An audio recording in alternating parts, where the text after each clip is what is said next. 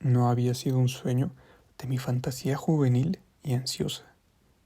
De repente, y al dar vuelta a un recodo, oí voces y me detuve, porque el corazón me palpitó de una manera terrible.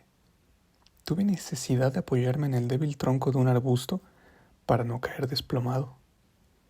No tardó en aparecer un grupo.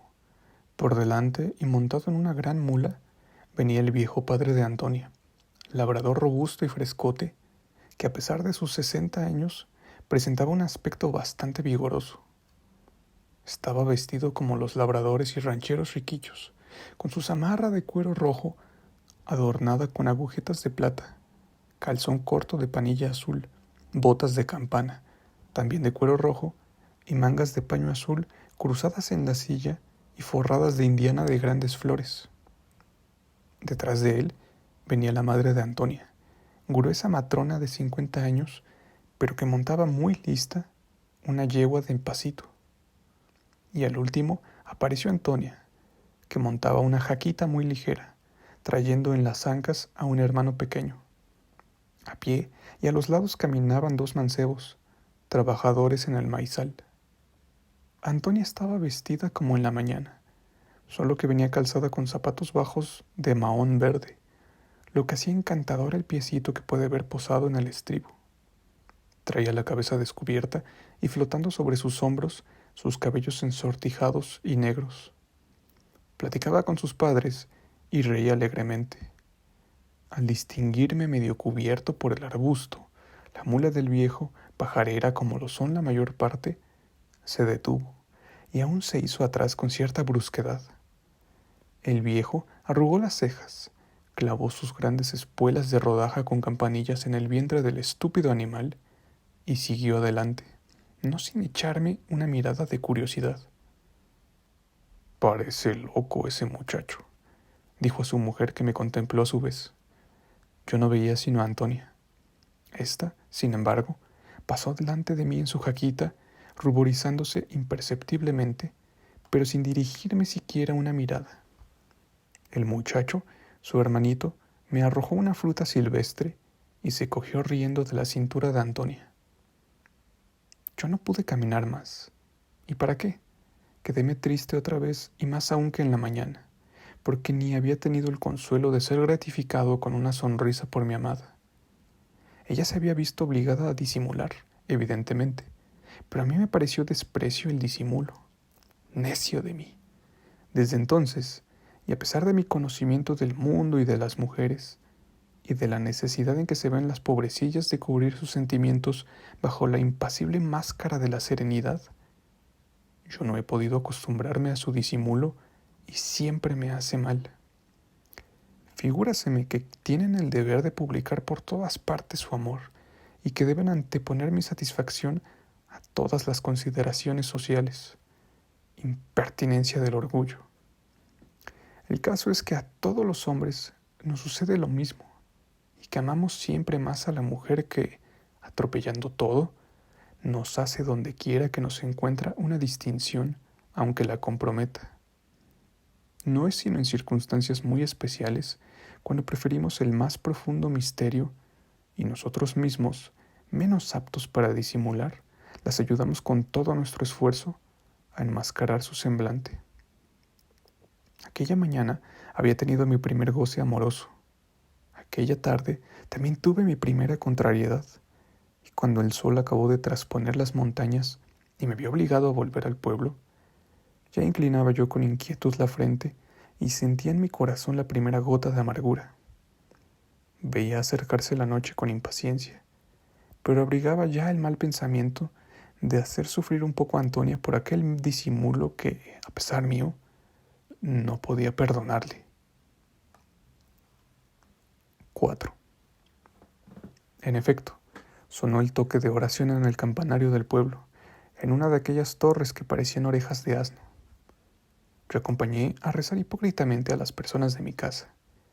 Después comí de mala gana la colación de la noche y al oír la queda fingí recogerme, pero me salí calladito de mi casa y me dirigí por el camino más corto a la casa de Antonia, a tiempo en que el pueblo entero dormía y el silencio no era turbado más que por el ladrillo de los perros. Ya se sabe que en los pueblos del campo la gente se acuesta a la misma hora que las gallinas, de puntillas y conteniendo la respiración por miedo de los perros y del viejo de la mula, que se me figuró formidable para dar una paliza, me arrimé junto a la cerca de la casa patriarcal donde vivía Antonia. Allí esperé acurrucado que ella saliera a buscarme. Tenía yo un miedo atroz. Ese miedo hace siempre muy voluptuosas las entrevistas. Es la mostaza del manjar que se devora ansiosamente después. En tales momentos, el hombre es débil. La mujer es la que tiene la fuerza protectora de su parte. No se tranquiliza uno hasta que no la ve. Yo esperé 1 hora lo menos. La noche estaba oscura. En la casa no se veía ya una sola luz. Aquella gran cabaña, con sus anchos camarines, sus trancas y sus árboles y flores, me causaba terror. Dentro de ella dormía el viejo de la mula que me causaba el efecto de un ogro. 4 perros, que me parecían una legión entera de diablos, dormían acurrucados por allí cerca, y cada gruñido que se les escapaba en un sueño, o al menor ruido de las bestias que había en la cuadra, me hacía saltar el corazón. Qué difícil se me figuró aquella entrevista. Cómo me pareció blando y tranquilo el hecho que había abandonado en mi casa por andarme arriesgando en aquellas aventuras peligrosísimas. Sentí que el amor era una cosa muy mala, puesto que tenía uno que esconderse así de las gentes. Pero un rumorcillo que apenas distinguió mi oído alerta hizo circular mi sangre apresuradamente. El corazón me ahogaba. Me pareció escuchar que se abría quedito una puerta y que se volvía a cerrar lo mismo. Luego distinguí entre las sombras un bulto que andaba cautelosamente. Después los perros gruñeron, pero volvieron a callarse. El bulto se dirigió por el lado en que yo estaba, y se detuvo y percibí que me hacían con los labios «pst, pst». Yo respondí de la misma manera, y entonces el bultito corrió apresuradamente hacia mí. «Jorge, Antonia, no hagas ruido. Mi padre ha estado malo de la cabeza y no ha podido dormir bien. Creí que no vendrías». «¿Cómo no?», contesté. «Y mira, pensaba yo no venir porque estaba yo sentido. Ni siquiera me viste hoy en la tarde». «¿Cómo querías que te viese? ¿No iban allí mi padre y mi madre? Dios me libre de verte y de hablarte delante de ellos. ¿Y por eso te enojaste?». «Por eso». «Tonto». Y diciendo esto, la muchacha me abrazó con ternura. Yo me desenojé, la enlacé al cuello los brazos y le di muchos besos. Volví a insistir en mi deseo de besarle la boca, pero ella se apartó bruscamente y me dijo: «No, todavía no, todavía no». «¿Pues hasta cuándo?». «Hasta que seas mi marido.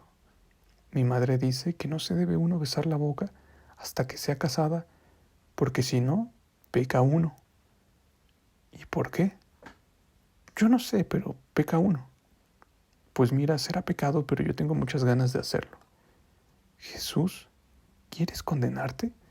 ¿No ves que es el diablo el que te da esas ganas?». Antonia se puso seria. Yo callé. A esa edad, en ese pueblo, con aquella educación y a semejante hora, tal argumento me parecía poderoso. Pero debo decir en descargo de mi conciencia que se me figuraban más terribles los perros y sobre todo el viejo de la mula que el diablo. Así es que aguardé un poco, mientras abrazaba a la joven que se había sentado sobre la cerca y junto a mí. Tal aproximación me incendiaba y no sabía yo, lo digo candorosamente, lo que deseaba y lo que quería hablar.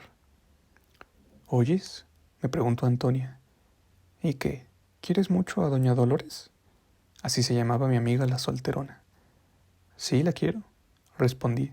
«Platica conmigo mucho y me hace regalos». «Es mi madrina de confirmación», me replicó, «y no la voy a ver porque mi padre está enojado con ella.